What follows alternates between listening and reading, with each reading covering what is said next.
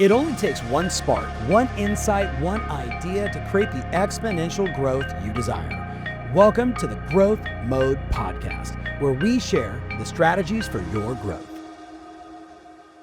Hey, so welcome to a new show. My buddies and I got together and we were like, you know what would be really cool? We should just talk about the things that we talk about all the time when we call each other nonstop and talk about how do we stay in growth mode. So this is a new show. It's my buddy Jason Pantana and Jimmy Mackin.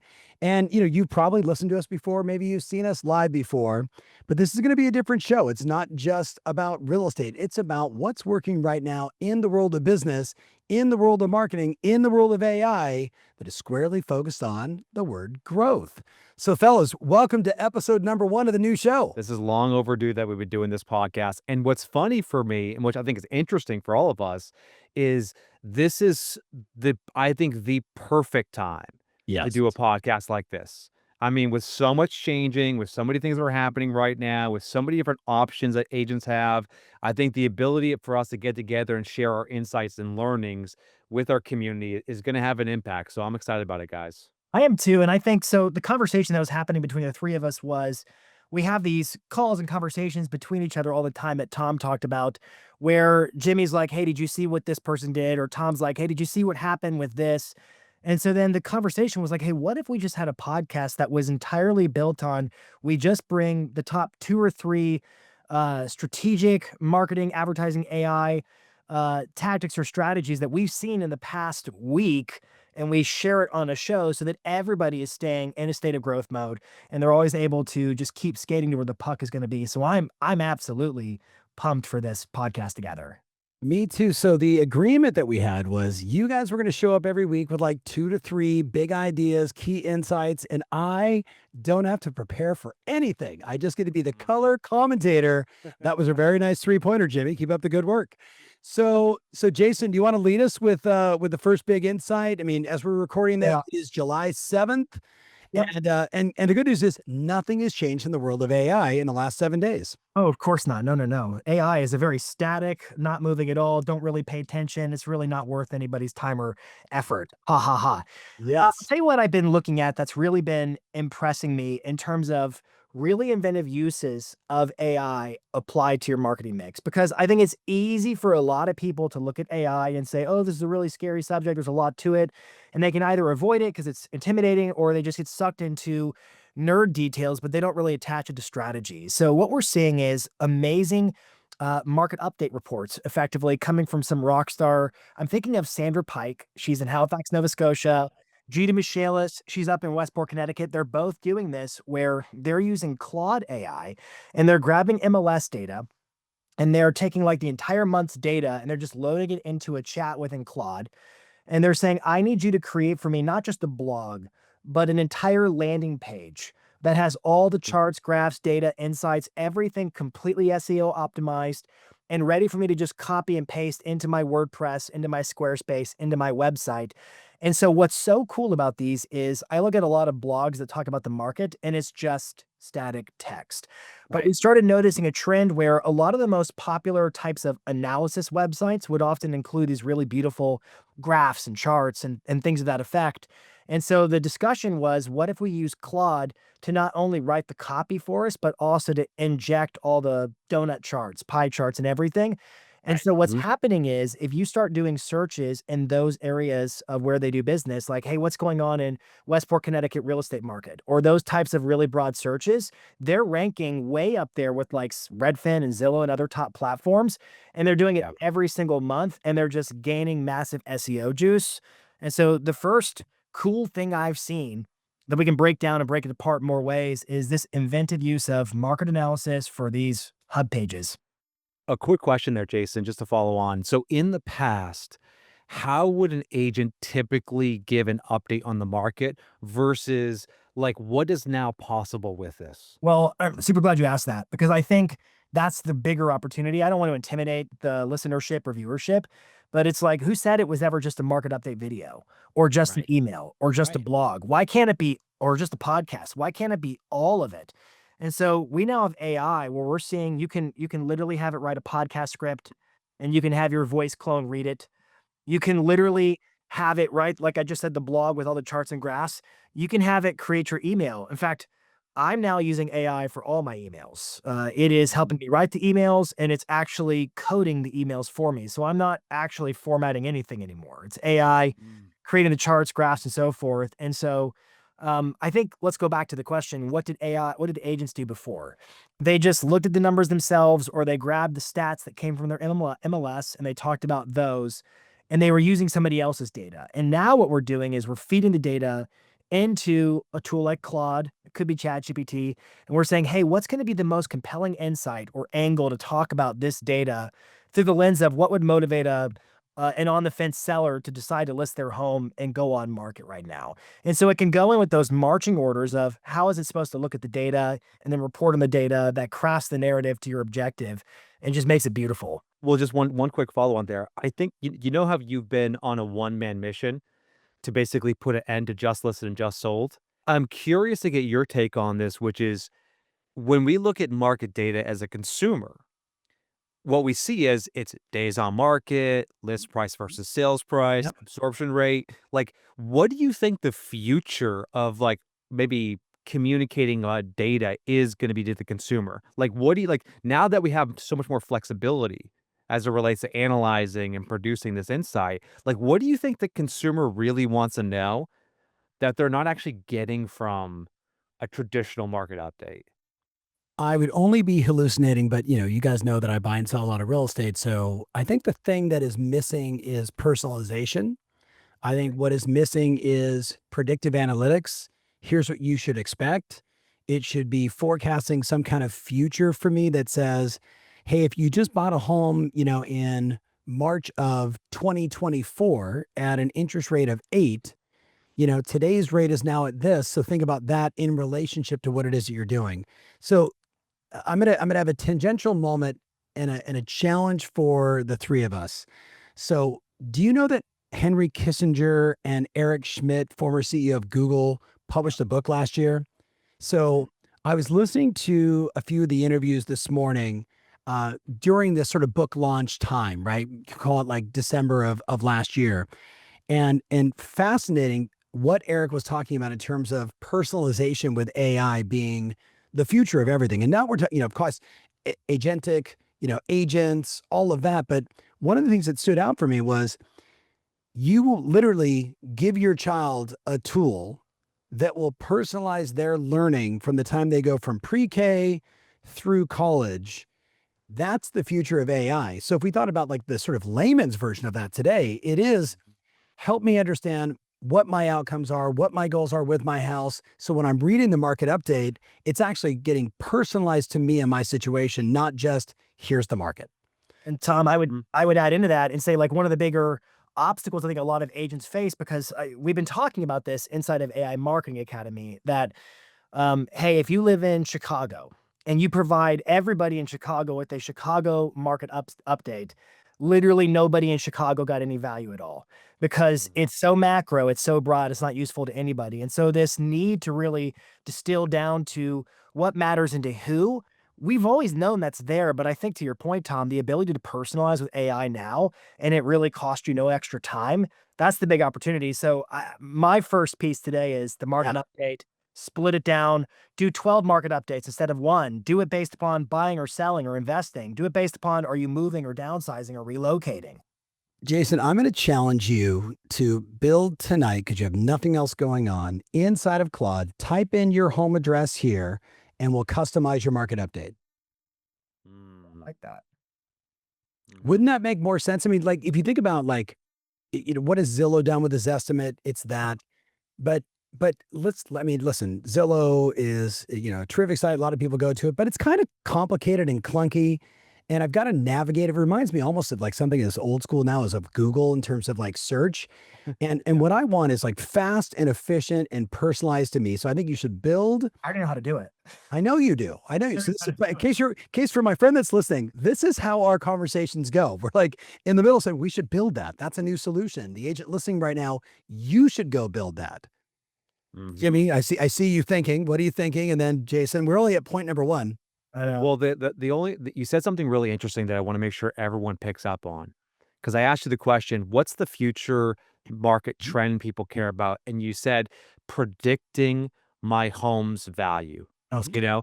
And so the idea is, like, if Zillow tells you what your home is worth today, what if the agent tells you what your home is worth tomorrow or in the future? So, so as an example, based on the last 6 months of sales history, we expect to predict your home's gonna be worth 635,000 versus what it's worth today, which is 595. The marketer, me, Tom, would be like, this would be my outreach. So let's imagine for a second, Jason builds a tool like that, or you use, as Jason's suggesting, Claude to, do a market analysis. My outreach would be, hey, Tom, I just did something I think you're really going to be interested in. I used AI to predict what I think your home value is going to be in the next 6 months. Would you like me to share the results with you? And, like, again, I'm in the business of having conversations, so I'm using some of this technology to say, "Can I, like, make my outreach that much more interesting and actually useful to the consumer?" Like it's a home price appreciation index that is customizable to you, because we all look at the same data. We're like, oh, the census is in the United States, in Canada, in Germany, home prices will go up by 3.5%, and they should get to as high as X in 2028. And yet we all know that that's a generalization in the US of 50 states and how many micro markets. But if you can tell me, no, you live in Hoboken, and if you have a 3-bedroom, 2-bath, and you're off Washington Street and 4th, your home price appreciation is going to be 7.5 to 9%, which means in the next, and I think that to me would be really, really, I don't know, Jason, what do you think? I think that would be interesting. So I'm already mapping out in my head how to do it. I mean, obviously you could create a custom product around it and you could sell it. Sure. If you wanted to do it yourself, Sure. it could be done through a Zap automation where you have a spreadsheet with all your database of all your customers and all their addresses, and you put it on a time-based trigger where every 2 weeks or every month, it will go through each row and it will fire off a Zap automation that looks at their address. It looks at the giant data set you feed to it, and then it has a prompt within the spreadsheet that says, to like Jimmy's point, hey, we're looking for the one angle that the homeowner here would really care about that starts a conversation based upon this data in their home. And then it will start firing off emails to all the different people based upon those variables all interplaying. Couldn't we also, because of Zapier, couldn't we also connect it to some insight around the 10-year, some insight around current mortgage rates and affordability? And could you use like Grok as an example to also say, tell me what's happening from an industry standpoint and jobs in this zip code, that zip code. And then it really gets more detailed than just here's a lagging indicator of sales. You with me?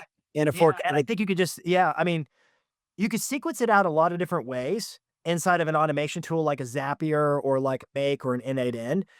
But Tom, I really like the idea of, rather than you tell me your address, I already know your address. And I agree. just put it in on the spreadsheet, and then I'm gonna use that as the trigger for, and I love the idea of I would imagine in my workflow, like I've got a Google Drive, and whenever I add a new file to the Google Drive, I drop in the Grok research, I drop in the spreadsheet, that triggers the automation, boom, the whole thing's happening on that kind of a command. I mean, we can build it. It can be done.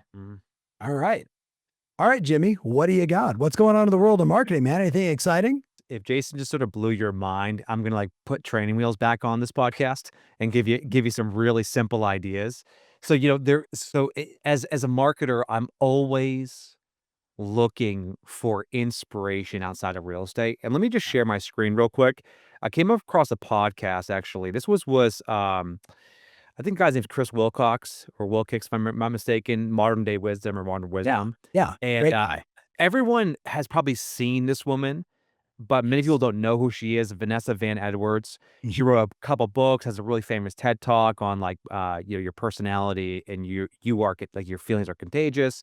Anyways, she has this great, we'll link this in the show notes. She has this great interview where she talks about the 3 magic phrases of likability.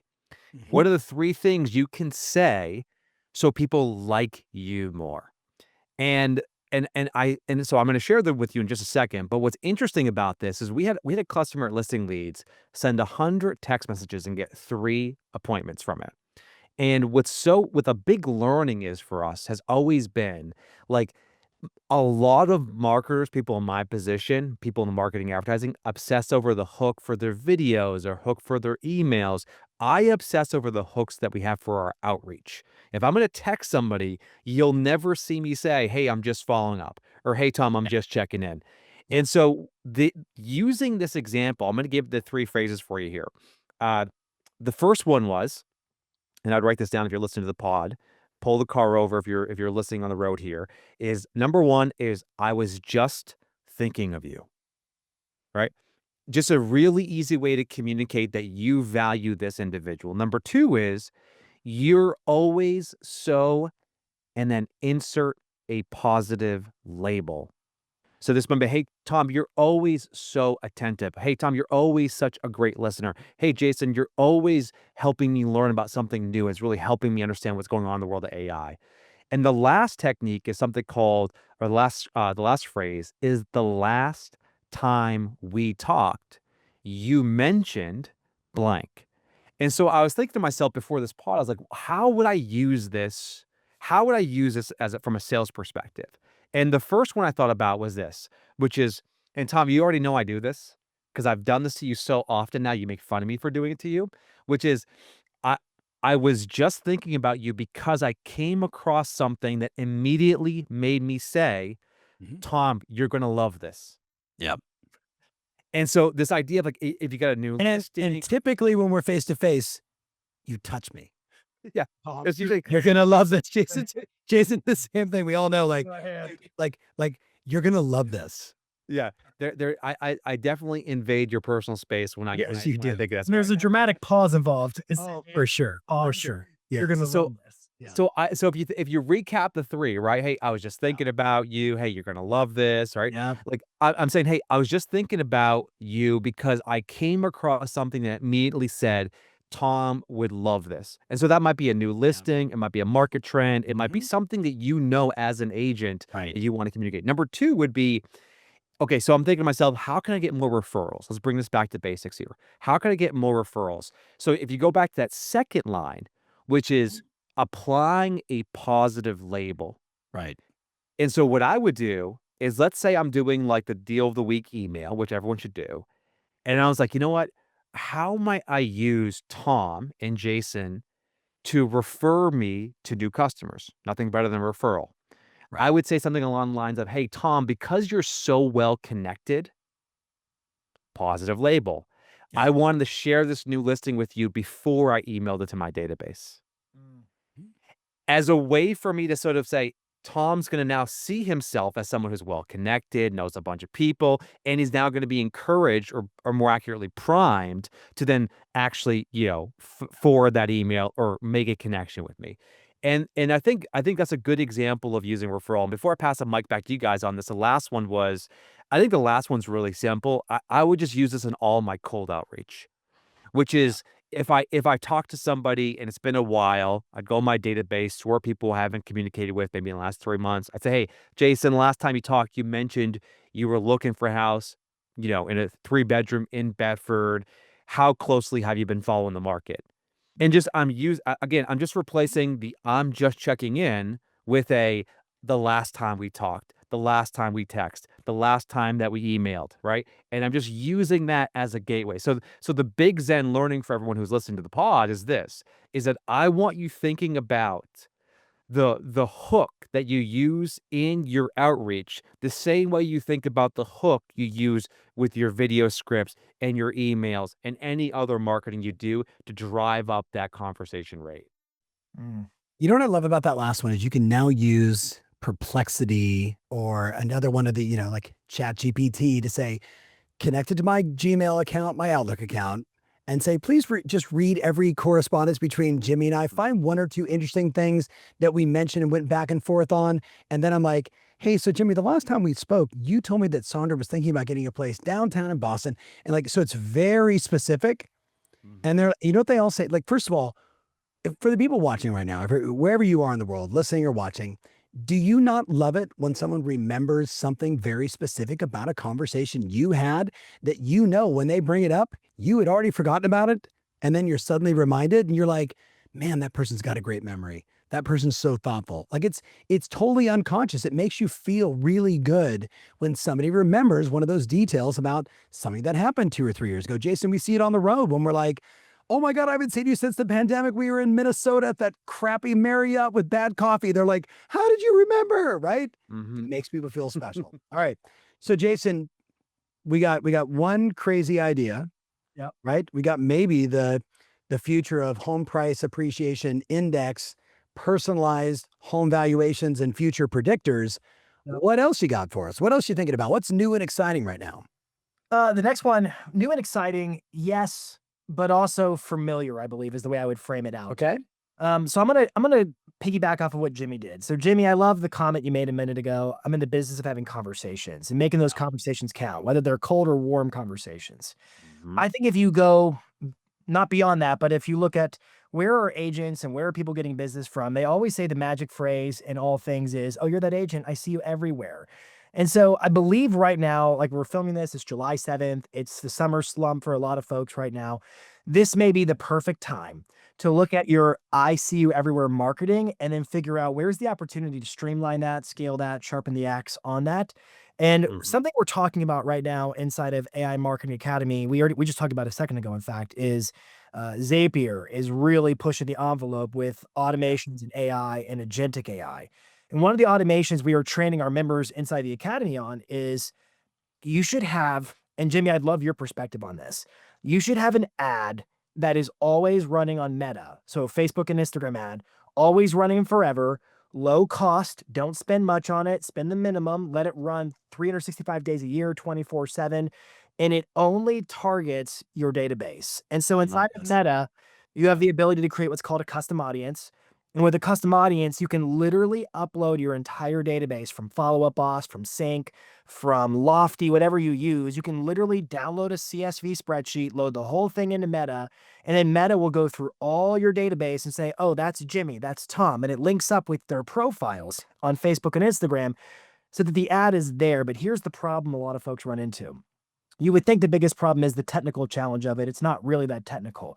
The biggest challenge is, well, my database is ever evolving. I ran ads. I got 100 new leads this month. I went to an open house. So what am I supposed to do? Stop the ad and then go add those people manually every day? Like, how do I do this? Yeah. That's where I think AI solves the gap, where you can easily create a Zap workflow. Again, the tool is Zapier, Zapier, where whenever a new customer contact lead, whatever term you want to use, is added to your CRM, that triggers an automation that automatically puts them into the custom audience so that they immediately become eligible to start seeing your ads. And so you just have this 24/7, always running forever ad that's positioning you. And here's what I like about it. It gives you the ability to know that you're already top of mind when you have an ad like this running, so that when you make the call, when you text, like what Jimmy was sharing, you're already pre-framed and pre-sold as they know who you are, they know what you do, and they're aware of your value proposition. So now you can be really personable, really likable to the elements that Jimmy was talking about. So that to me is the number two thing on my list that I'm seeing working right now is just I see you everywhere, and Meta ads are an easy place to start. You know, it's so funny. I go back to the early days of running Facebook ads, and my wife was like, "Why are you spending like, $5 a day or whatever my budget was way back then?" And I'm like, "Honey, I'm building up a following. B, I'm connecting with all my friends that are on Facebook, and they're seeing me there." And I'm like, "It's like a small amount of money to basically be top of mind." So I love that we're bringing that back, but I love the automation. I have a thought for you, Jason. Before Jimmy throws this in, I think, so for my friend that's listening, if you're on YouTube, type yes if you think Jason should publish for free prompts to rewrite your bio for ask versus search. If he should publish a prompt around how to write an effective blog to show up everywhere. But more importantly, I'm thinking it's so funny now. I just take a photo of things and I'm like, hey, make this better based upon this. But if you gave us a prompt that, and again, so if you want this, just put yes, and we will generate that for you, and then we'll link it up to the next show. A prompt for them to review all printed material, my listing presentation, my buyer consultation, my direct mail, my flyers, everything I do, a prompt to make them better. Going back to your earlier point, if we're in the sluggish, slow part of summer, this is the time to get better. Thoughts on that? I think it's super easy to do. That's a really great use of AI. Whether you're using ChatGPT, Claude, Gemini, whatever you want to use, happy to create a prompt. And I think like it's listing presentations. I think it's your drip campaigns, For sure. newsletter. Yeah. I think it's your business cards, your homepage, just a full audit on everything Yes. in terms of tightening it up. I love that idea. Cool. Yeah. Let me give you a quick cheat code here, guys, for advertising. I'm a huge fan of following. By the way, everyone should follow Dara Denny. I'll pull up her profile in here in a second. Yeah. She is, I think, kind of the queen of modern day direct to consumer advertising. And so, if you go to ChatGPT and you say, "Hey, like act like Dara Denny and create sort of what types of ads should I create," and they get because she's produced so much content on YouTube, so much on Instagram, so much on X. You could see she has kind of like 10, looks like 10 kind of really common types of ads that she creates for all of her brands. So the before and after, the problem agitate solve, the UGC, but like it actually includes hooks, which I love. So if you're going to follow Jason's advice here, guys, I'm a fan of this idea of like go and look at what some of these direct to consumer companies are doing for their advertising and apply it to real estate. Let's put an end to the, what's your home worth or check out these new listing ads, and let's start actually like you should advertise your business as if someone can't talk to you. Like there's a big buy now button on my website. And why that's a good force factor is because it forces you in your marketing to communicate your value in such a compelling way that you get the come list me. Having a salesperson is a bit of a crutch. And so a lot of us fall into I think the bad habit of having sales do marketing's job. And if you sort of remove that constraint, like imagine you can't talk to me. You just have to hit the like buy the Tom button right now. How would my marketing evolve? I think we would run a lot different. What a great frame, Jimmy. That's a great frame for everybody listening and watching. I love that. This makes me go back to, I passed on investing in Calendly. That was a bad idea.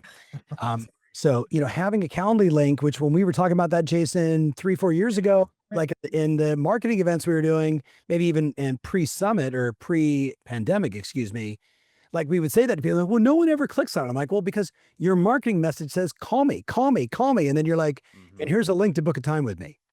Yeah. And yet, how do we work today? It's like Calendly link. Hey, I've got find open time and let's talk. Right? Like that's normal for business people. This just popped in my head. I was thinking about our conversation we had on the phone the other day. We were talking about the old school magic link. Yeah. Remember that? Yeah. So you could also, when you think about like a button, even if you're promoting your listings, like the ability to just drive people to the listing and it's schedule an appointment or it's that clear CTA. I just love the idea of having clear CTAs that are not call me, but they're earlier steps in the process that allow someone to raise their hand and activate so that you can then engage them in conversation. Just real quick, Tom, we'll talk about this in future pods, but I think we need to revolutionize our calls to action. We just did this for our expired campaign for listing leads where we said, like, instead of saying, call me if you want to learn more about selling your house, like, can we brand this? So we developed the CTA that we use, which is like, schedule your summer strategy session, schedule your 15-minute summer strategy session by texting us at blank, blank, blank. And we just repeated that with every single letter because repetition is persuasive. So we were trying to kind of embrace the Geico, say 15 minutes or your 15% or less in 15 minutes. So I think this idea of like, can we sort of like turn the volume up on our calls to action so that they become repetitive? People kind of recognize them, but they're also distinct and different at the same time. So I went to realtor.com and on every one of the houses you look at, there's a big red button that says email agent. I think, aren't we really talking about that? Like just the simple, and again, if they're doing that, it's working. Otherwise they would switch to something else. So Zillow is like, talk to the agent, right? Like they're all saying like, it's the same CTA done differently in the moment of truth. When they're reading something from you, a blog, got questions about what we're discussing in this blog, click here. Let's have a conversation. And I love the Stephanie Younger landing page that wasn't like, let's schedule an appointment. It was like, let's chat. Click here. There are some, like Derek Caldwell has an amazing chatbot and he's getting crazy activity on that on his website. More and more people are putting the chatbots into their actual websites to engage with leads back and forth. I know that's pseudo related, not completely related, but that's another way to drive conversation. Yes. Yeah. Okay, totally random just because I got to get in the know on this. Jimmy, you texted me about DIA, the Dia app, but I had to have ARC first. What was that? And should everyone else care, or am I the only one that's curious? No, I have to go back because I send you such cryptic messages that I Yes, have to you go do. back and look where I'm like, I just like, it's almost like it's like, this is what Tom and I do. We just leave each other notes for the next time we talk. Um, Yeah, this one is TBD right now, I would say, is what was actually really interesting, which is a perfect transition, Tom, into sort of like things I'm paying close attention to in the AI world. So let me do my best Jason Pantana impression right now, because Jason said something the last time we talked that I think is something everybody who's watching right now or listening needs to understand. Because this to me is probably the most important thing that you're gonna hear us talk about over and over again. So I looked this up before the call. Right now, 40% of all small businesses today in the US use AI daily. That's Mhm. up. That's up from 23% last year. So I mean, it's a huge jump. We're gonna be at a point probably by the end of this year that's probably 60%. So this idea, if you're quote unquote using AI, it's no longer really a competitive advantage. It's now the status quo. I mean, it went Right. from being, "Oh my god, you are super on the cutting edge," to, my uncles who work in construction, who just got a cell phone last year are using AI. So like, Yeah. I mean, the learning curve just jumped. And so shout out to my uncles. But the thing that's interesting, I think what's going on right now, and there's an app that I'm paying very close attention to, is we're now going from the prompt era to the agent era. That's And right. what I mean, and Jason, you talked about this last week, and I think it's worth repeating. There is a world where you are going to be able to automate entire workflows that you or your team does manually today. You are going to be able to automate through AI. It's not happening like in 6 months, 12 months. It's happening literally right now. So 3 apps. First one is called obviously Zapier. We mentioned in the beginning. Zapier now, which literally used to take an admin. You had to used to hire a Right. Zapier expert to be like, "Hey, Yes. could you like connect this to like you if you could say, "Hey, I need this thing to go here," you no longer have to give it instructions on how to do it. Just tell it what you want it to do and it can do it. Number 2 is a tool that we mentioned a little bit more advanced, but can do a little bit more powerful is N8N. Yep. But the Yep. third one, which I think is really gonna be a breakthrough product that just came on my radar, and by the way, everybody should follow Greg Eisenberg on X. That's great. I think you follow him too, Jason. Greg Eisenberg on X. He's doing some amazing work. He just interviewed the founder of a company called String. It's string.com. And what's so cool about this is you can, again, like we mentioned, begin to automate entire workflows end to end. Let me give you an Yep. example of this. You could say, like, I was doing this earlier today. I'm like, hey, can you analyze the earning reports of all the publicly traded real estate companies, identify the important trends that are happening in that, and then send me a Slack notification with the summary? And what you'll see is like, that's me saying, "This is the outcome I want to achieve," and it begins to actually walk you through that process. You don't have to code anything. You don't have to know how anything works. Why this matters is I think the agents who adopt this early and kinda get a little bit uncomfortable, Tom, I think those agents are going to have such a degree of separation. I think they're gonna be able to do more deals. I think they'll be able to create a better experience for the customers. I think they will do it with less effort, and I think they will be significantly more profitable.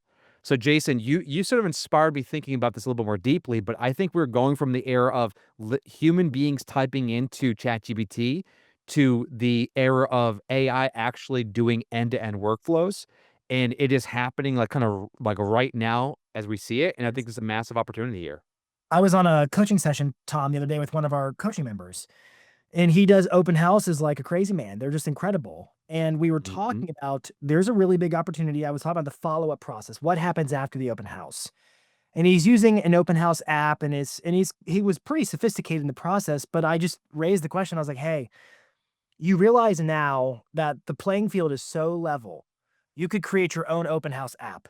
I could Yes. literally go to Claude today and say, I need Yep. an open house app that has the ability to throw my own CTAs in. So I hand my iPad to the person signing in, they input their information, and then it says, hey, by the way, do you want to be alerted of other homes that sell on this street if you live in the neighborhood? I could literally plug in my CTAs on the sign-in experience, and then as soon as they submit it, I could fire off a daisy chain of automation that has text, email, you name it. I think if I was listening or watching this podcast, I would say my next step is bearing in mind what Jimmy just said, that we're moving from the world of copy and prompts to agent AIs doing the work for you. I would be thinking through the old adage of anything that can be automated will be automated. Bingo. And with AI, it's never been easier. And Jimmy, what you described and what I was clumsily typing, trying to accompany you while you're doing it inside of String, like that's exactly what it is inside of Zapier's new function called AI agents. It's like a genie in a lamp. You type your wish, it infers what are the apps, what's the sequence, what's the workflow that has to happen to pull that off. And then it's like, hey, we need you to sign into this account, and this account. So we can do these things for you. And it's just boom. I may get some hate in the comments about this idea. Oh, I love it already. But this also okay, this is also probably the reason why I don't manage people anymore. But I have the idea of like, okay, if I was a salesperson, if I was a sales leader, excuse me, and I was running a team, the most common complaint I hear from team leaders or broker owners, like, man, I just like my agents won't make their calls. My agents won't follow up. I mean, we hear it literally all the time. So I said, what if I was in that position, you know what I would do? I would create the shame report. And what I would have either String or Zapier do is I'd say, connect to my CRM. I would just say, hey, listen, I need you to put together a report that highlights and organizes my salespeople based on effort, highest effort to lowest effort. And it would look at like how much activity, how many calls, how many texts. And it would and I would literally call it the shame report internally, maybe even externally, but I would give them an effort score because you look like a complete, like, I mean, amateur if your effort is like really, really low and everyone else is really high.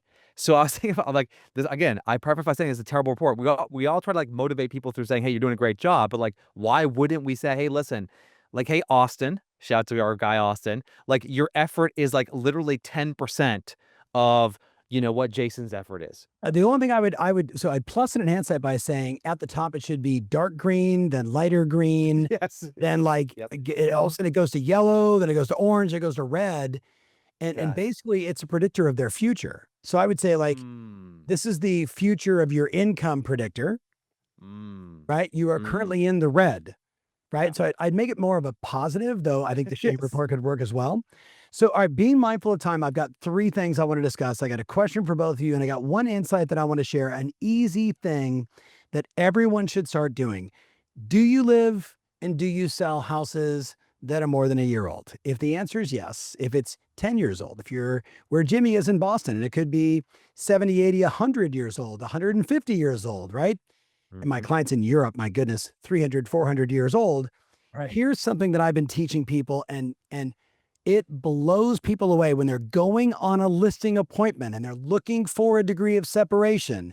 You go to Grok and you say, I'm going on a listing appointment at 1234 Banana Street in New Hampshire, whatever. I want you to tell me from the origin of this being a piece of dirt to the most relevant data you have on it today, every transaction, every price point, every owner, every shift in this property from beginning to end, go. And then you walk in and you're like, I don't know if you knew this, but this was a piece of dirt 175 years ago. And then this builder came in and he bought the dirt and he's one of the first 175, 17, 22, 83, doesn't make a difference. We know that consumers pick the person that is most likable. But if 2 people walk in with charisma like both of you, the person that's got some interesting factoids, did a little more homework, my experience is that's going to be the degree of separation that separates them. And it's easy. You know who's killing it? Shout out to like Valerie Fitzgerald, who was in one of my masterminds. She's a legendary real estate broker in Beverly Hills. She started doing this and she's like walking in and saying, well, did you know that this person owned this house, then this person, then this person? And they all know the one notable, but they don't know the other backstories. And like just that one little hack for you, whether you're showing a property or you're about to go list a property, I highly recommend you play around with it. And I'm a big fan of Grok. All right. 2 questions. I want to know, Jason, we'll see who goes first. Jason, should Apple buy Perplexity? And Jimmy, what happens to TikTok in the American version that isn't the China version? So whoever wants to go first, should Apple buy Perplexity? Because God, Siri is horrible.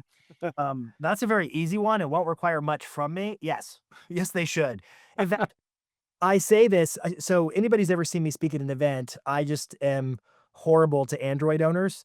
Yes, you But are. secretly, I'm having a really difficult time defending Apple these days. I agree. I agree. I feel like they need to innovate. I mean, it's what Peter Drucker always says. All business is innovation and marketing, but where's the innovation? I just haven't seen it as much as I want.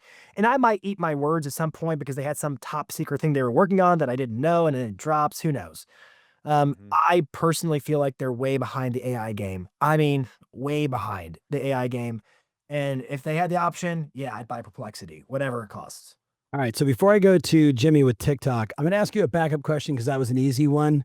Who would you buy a robot first from, Apple or Elon and Tesla? Is that for me or for Jimmy? You. Uh, at this moment in time, Mhm.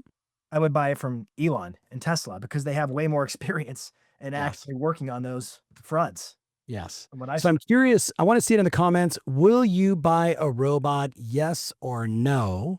And does it matter who it comes from? Will you buy a robot? Yes or no? By the way, you guys know I'm an investor in Neuralink. I will do anything. If Elon puts it out, I'm going to buy it.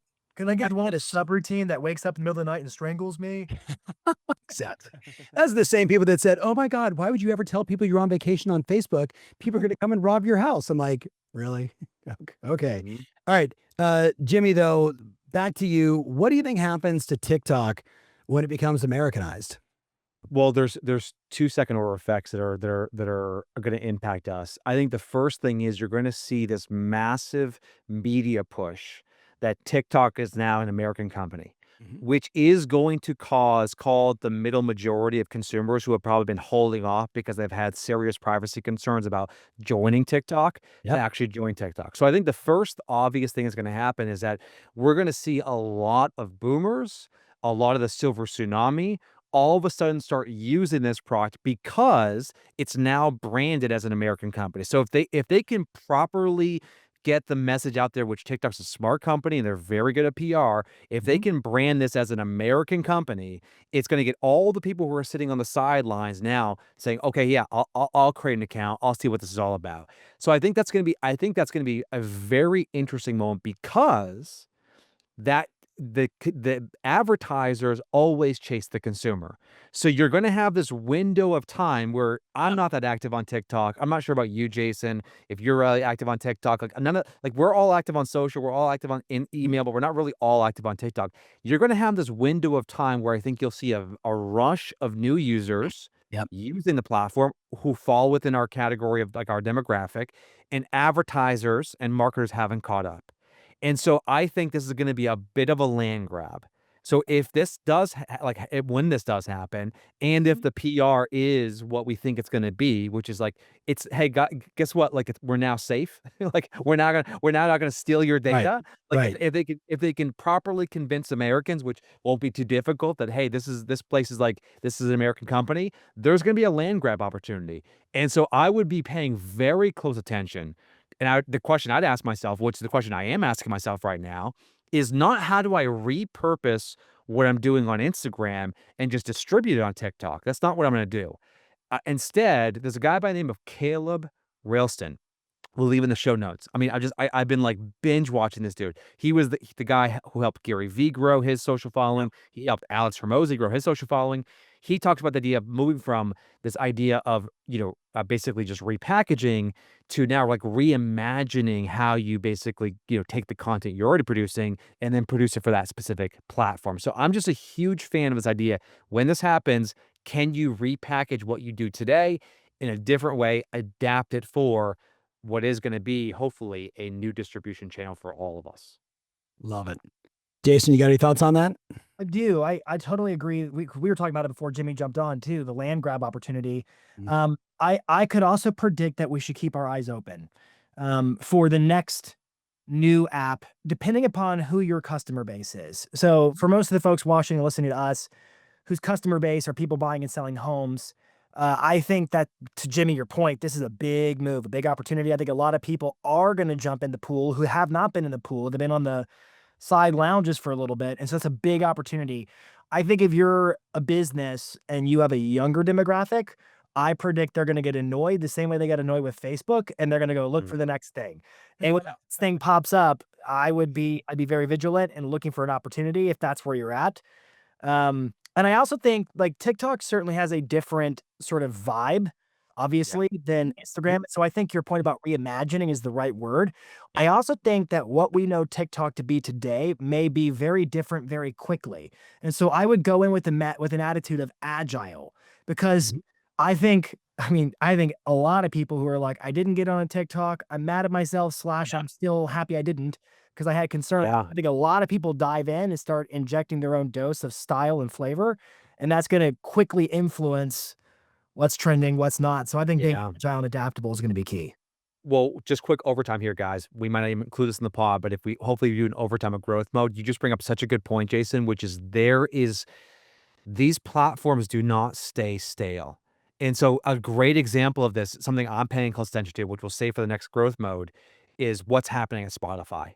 Spotify is right now going from a straight audio to now video to now social media site. I mean, like, so this idea is such a great point, Jason. Like these things evolve, and we have to, as marketers and as business people, we have to say, like, where is the next big opportunity for us to get our message, our name, our face in front of the consumer at the cheapest possible cost to keep getting our next customer. So we'll save that for the next show, but I just think it's such a great point. These things evolve, and you got to pay close attention to what's happening. I agree. I love it. You guys are just inspiring all kinds of this is basically, for my friend listening, this is basically what happens every time we get on the phone together. I'm going to give you one more prompt. If you're out there watching, I would encourage you to go to your favorite large language model and type in, these are my 5 biggest competitors. Name it, company, name it, company, name it, company, name it, company, name it, company. Please help me understand their strengths and weaknesses. And if you were marketing against them to take all of their customers and beat them like a drum, what recommendations would you have for me? And then just watch what comes out. Now, Jason, you're going to say the same thing, so I'm going to say it before you do, which is whatever they tell you out of the gate, that's the same vanilla answer they give to everybody. So say, you are so much better than this. Could you please step it up? I'm actually trying to beat these people. Now tell me what I should actually do. And then it really gives you the juice. And I think if all of you do that, I think you're going to be really shocked and probably excited that you took the time to listen to this podcast. I wouldn't be nice to the AI and say, I would actually be a little bit mean to the AI. There was this I don't know if you saw this. There was this not funny, actually kind of sad, scary research that came out. It was, I think Sergey from Google brought it up, that they're finding when you are mean to the AI, even threatening to it, because it was trained on human data, it works better. Because it was trained on us. It was trained on humanity. So if you're like, hey, if you don't get this right on the next output, you're fired. I will delete you from my computer. I will unsubscribe. You're done. And it's like, no, boss, don't do that. And it will actually work a little bit harder. And they found better results. Use that at your discretion, but it's there. You know how challenged I am with this, because I do believe that one day the robots are going to look back and go, you were really mean to me. I know. And now I'm going to repay the favor.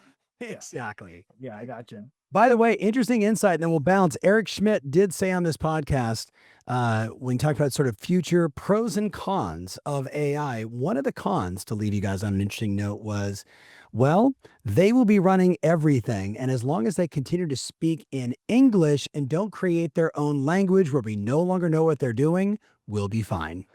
They already...